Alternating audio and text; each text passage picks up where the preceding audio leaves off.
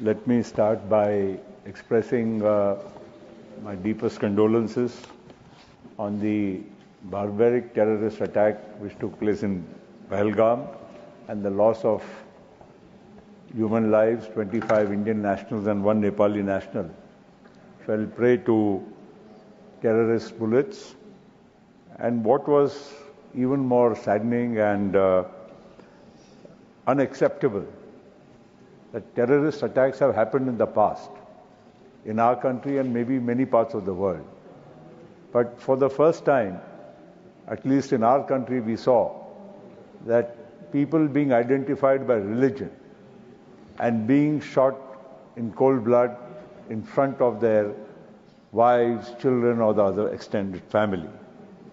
And that actually shook the conscience of the nation. It was not just about the government reacting to a particular incident. I think the entire nation, as one, stood in solidarity and also in anger. And that was reflected in the mood.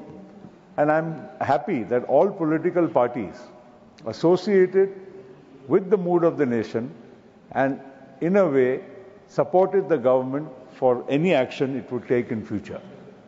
I attended all party meetings and I am happy that not a single voice of discord was noticed at that time.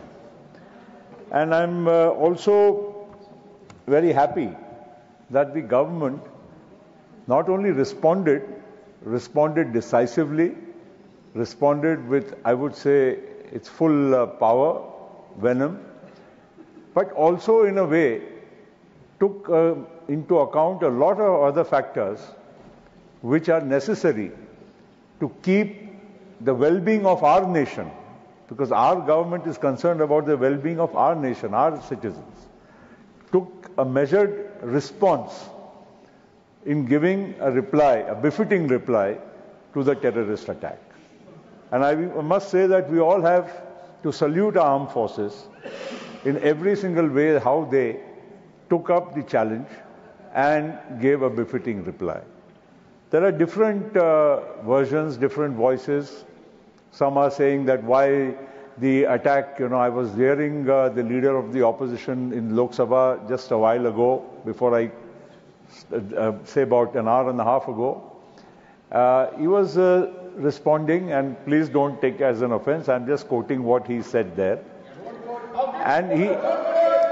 I'm just quoting what came on television. Now, you don't want me to authenticate Sansad TV, please, no crosstalk. There's no Sansad TV, you can it just doesn't refer, need to be whatever. authenticated. Yeah.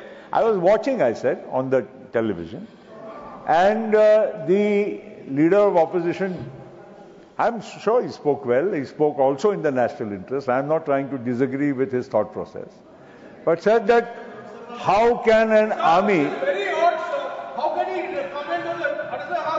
I'm not commenting on another house. I'm just quoting.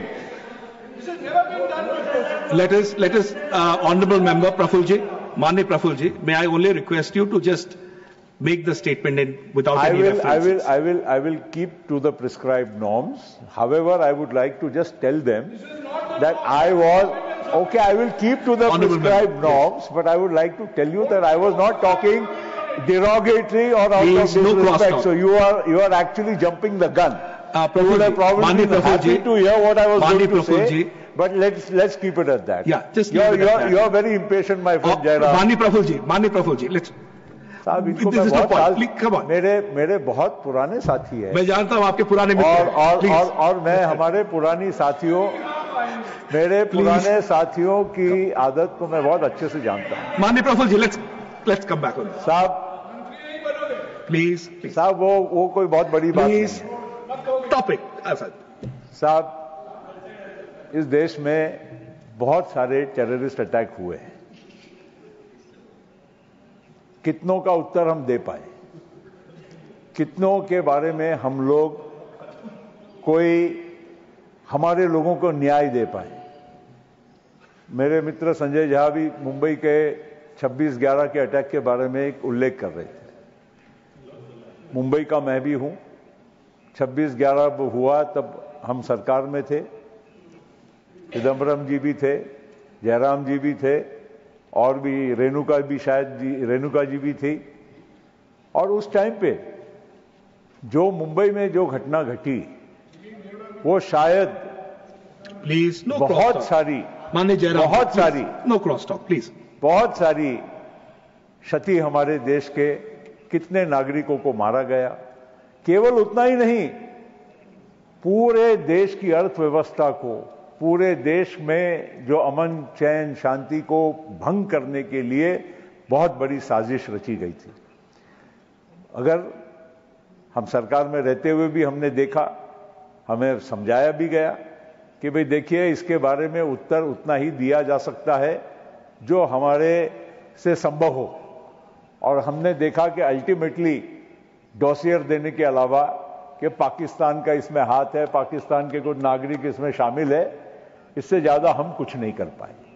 मैं ये उस time पे दोष नहीं दे रहा हूं, ये कई बार उत्तेजित हो जाते हैं हमारे साथी। मैं ये कहना चाहता हूं कि तब की जो परिस्थिति थी और आज जब यहां पर पहलगाम में ये घटना घटी तो सरकार ने, प्रधानमंत्री जी सऊदी अरेबिया थे, रातों रात वो लौट आए, वहां की जो स्टेट विजिट थी उसको कट करते हुए।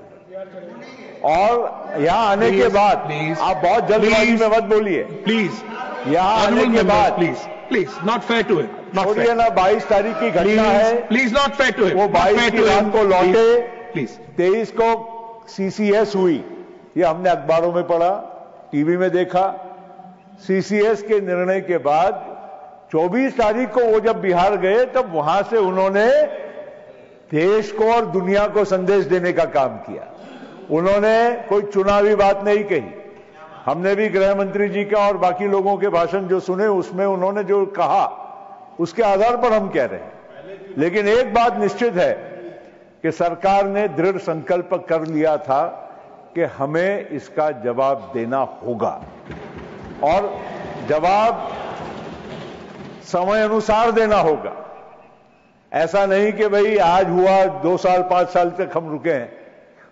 तुरंत 10-15 दिन के भीतर ये इसका जवाब देने की प्रक्रिया शुरू हुई और जो हम लोगों ने वहां पर 9 टेररिस्ट कैंप्स को हम लोगों ने रातों रात डिस्ट्रॉय किया। 22 मिनटों का जो एक छोटा सा लेकिन बहुत महत्वपूर्ण ऑपरेशन हुआ, उससे हर भारतीय के मन में एक गर्व महसूस हुआ कि आज हमारी सरकार हमारा रक्षण करने के लिए सक्षम है।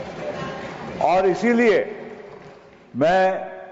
हमें देखिए, किसी को भी राजनीति करना होगा तो होते ही रहेगी, लेकिन इस चीज के इस मुद्दे के मामले में हम लोगों ने, जैसे ऑल पार्टी डेलीगेशन में भी बाकी कई वक्ताओं ने कहा कि हमने एकता दिखाई, हमने दुनिया में एक मुंह से, एक जबान से हम लोगों ने बात की, देश को कहीं हम लोगों ने लेट डाउन नहीं किया। तो आज ऑपरेशन सिंदूर की जब बात होती है, हमारे सेना के शौर्य की बात होती है, जो आज टेक्नोलॉजी, आज देखिए विश्व में अब लड़ाइयां केवल टैंक्स की या यहां से हमारी बंदूकों लेकर हमारी सेना इस पार से उस पार गई, वो अब जमाना करीब खत्म होते आया है। आज हमने देखा ईरान और इजराइल की लड़ाई, कहां ईरान कहां इजराइल, कॉमन बॉर्डर भी नहीं है, लेकिन एक दूसरे के ऊपर मिसाइल और ड्रोन के अटैक हो रहे थे। हम लोगों ने पहले दिन सीमा न क्रॉस करते हुए हमारी ही भूमि से वहां के 9 टेररिस्ट कैंप्स को 100 150 किलोमीटर दूर हम लोगों ने नेस्त नाबूद किया। एब्सोल्यूट प्रिसिशन अटैक, जिस मकान पर, इमारत पर बम गिराना था वहीं पर बम गिरा, वहीं के लोगों को मारने का काम किया, वहीं के टेररिस्ट को मारने का काम किया। ये हमारे भारतीय इंटेलिजेंस और हमारी सेना के जो टेक्नोलॉजिकल एडवांस है उसकी मिसाल थी। और उसके बाद भी हम लोग बोलेंगे नहीं नहीं नहीं नहीं, मेजर रिस्पांस क्यों, ये क्यों, वो क्यों। ये मैं अब बगल के हाउस की बात नहीं करना चाहता हूं, इसलिए मैं यही कहूंगा कि बहुत सारे प्रश्न सवालिया उठा लिए। जब हम लोगों ने उन लोगों का रिस्पांस जो आया, और रिस्पांस क्या आया कि 2 दिन लगातार रातों रात उन्होंने हमारे ऊपर ड्रोन और मिसाइल के अटैक किए। आप लोगों को भी मालूम है, टीवी पे भी हम लोगों ने देखा, एक मिसाइल हरियाणा में दिल्ली पे आते हुए हमारी सेना ने उसको गिराया था। तो कहने का मतलब यह है कि उन्होंने अपने तरफ से शुरुआत कर दी। उसका उत्तर हम लोगों ने करारा जवाब पाकिस्तान के 11 उनके मिलिट्री एयरफील्ड, एयर बेसिस को नष्ट करने का काम किया। और उतना ही नहीं, न्यूक्लियर पावर, न्यूक्लियर ब्लैकमेल की यहां पर बहुत लोगों ने चर्चा की। हमें मालूम है कि उनके न्यूक्लियर एसेट्स कहां पर रखे थे, और इसीलिए ठीक न्यूक्लियर एसेट के बगल में जो एक पहाड़ी थी, उस पहाड़ी पर हमारी मिसाइल वहां पर जाकर अटैक किया हम लोगों ने, ये इशारा करने के लिए कि हमें यहां तक पहुंचना आता है। कल अगर आपने और कुछ ज्यादा हमको धमकाने की कोशिश की तो हम आपके न्यूक्लियर एसेट्स को भी डिस्ट्रॉय करने की ताकत रखते हैं। ये हमारी सेना ने ये करके दिखाया। और इसके बाद भी सब लोगों को लगता है कि हम लोगों ने ढीली बात कर दी, हम लोगों ने सीज फायर कर दिया, किसी के दबाव में आकर सीज फायर किया।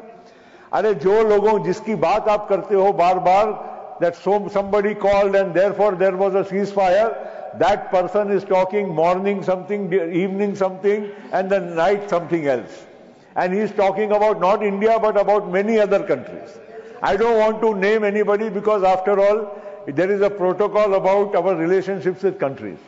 But at the same time, when the External Affairs Minister makes a very candid statement here on the floor of the House that this was the day when the two heads of state spoke, and the next conversation was after so many days. There was no conversation during Operation Sindoor or otherwise.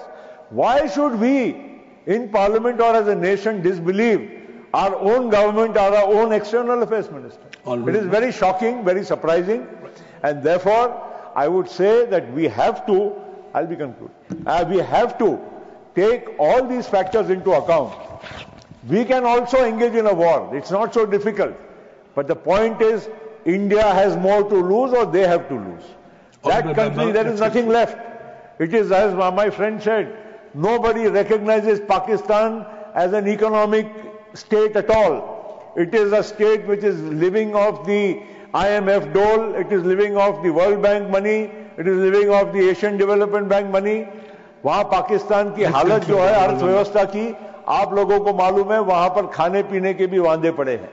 लेकिन आज हमारा भारत एक सशक्त भारत, मोदी जी के नेतृत्व में चौथी विश्व की बड़ी अर्थव्यवस्था बनता है। तो आज भारत को जिम्मेदारी से सोचना पड़ेगा कि लड़ाई करके हमारा नुकसान हो रहा है या केवल उनका नुकसान हो रहा है। हमें हमारा भी देखना है। और आज के आधुनिक वॉरफेयर में जिस तरह से देश और दुनिया बदल रही है, हम लोगों को भी जिम्मेदारी से काम करते हुए हमारे देश की रक्षा करना होगा। और मुझे खुशी इस बात की है कि हमारे सरकार ने ये फैसला किया है कि अगर कोई हमारे देश में आतंक फैलाएगा तो हम इसको अब आगे कभी बर्दाश्त नहीं करेंगे, उसको नष्ट करके खत्म करके ही रहेंगे।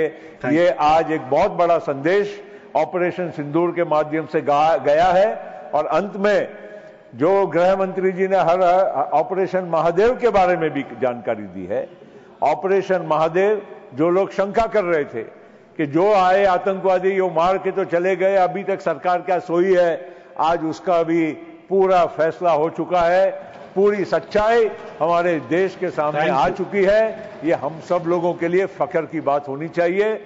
आपको और मैं सभी सदन के मेरे साथियों को निवेदन करूंगा कि राजनीति की जगह हमारे पास बहुत है ऑपरेशन सिंदूर के मामले में। और ये पूरी जो घटना हुई है इसके बारे में हम एक मुख से और हमारे जवानों के शौर्य के बारे में हम सब लोग सलाम करते हुए पाकिस्तान को थैंक यू।